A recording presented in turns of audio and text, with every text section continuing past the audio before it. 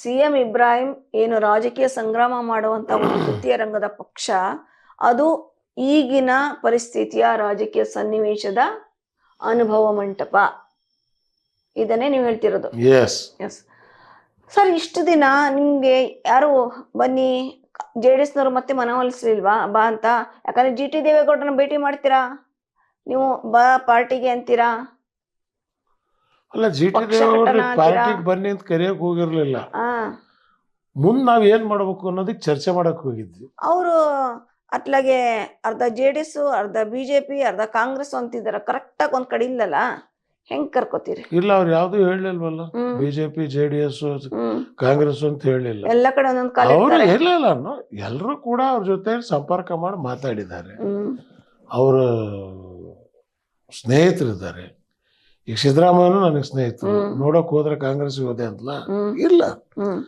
ಇವತ್ತು JDS ನಲ್ಲಿ ನನಗೇನಾಯ್ತು ಅದು GT ದೇವೇಗೌಡರಿಗೂ ಅದೇ ಆಗಿದೆ, ಬೇರೆ ಶಾಸಕರಿಗೂ ಹಾಗೆ ಆಗಿದೆ.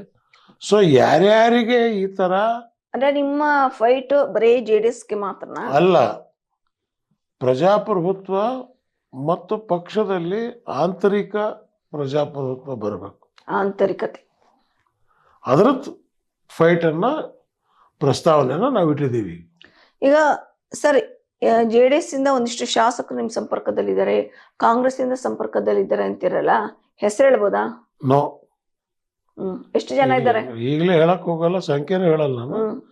ನಮಗೆ ಒಂದು ಪಾರ್ಟಿ ಅನಿಸ್ಕೊಳಕ್ ಎಷ್ಟು ಬೇಕೋ ಅಷ್ಟಿದ್ದಾರೆ. ಯಾವಾಗ ಶುರು ಮಾಡ್ತೀರಿ ನಿಮ್ ಪಾರ್ಟಿ? ಈಗಾಗಲೇ ಕೆಲಸ ಶುರು ಆಗಿದೆ, ಮಾತಾಡ್ತಾ ಇದೀವಿ. ಜನವರಿಗೆ ಒಂದು ರೂಪುರೇಷೆ ಬರುತ್ತೆ. ಜನವರಿಗೆ ಒಂದು ರೂಪುರೇಷೆ ಬರುತ್ತೆ. ಹೆಸರು ಏನಾದ್ರು ಫಿಕ್ಸ್ ಮಾಡಿದ್ರಾ? ಇವತ್ತು ಚರ್ಚೆ ಆಗತ್ತೆ.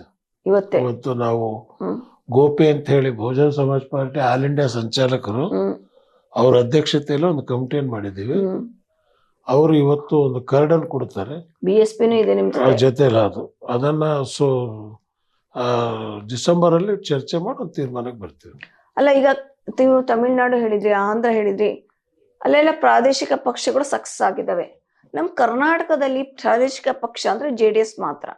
ಈಗ ಅದಕ್ಕೆ ಪರ್ಯಾಯವಾಗಿ CM ಇಬ್ರಾಹಿಂ ಒಂದು ಪಕ್ಷನ ಕಟ್ಟಕೊಟ್ಟಿದ್ದಾರೆ. ಎಲ್ಲಿ JDS ಪರ್ಯಾಯ? JDS ಈಗ ಪ್ರಾದೇಶಿಕ ಉಳಿದಿಲ್ಲ, BJP ಮಡಿಯಲ್ಲಿ ಹೋಗಿ ಕೂತಾಗಿದೆ ಅವರು.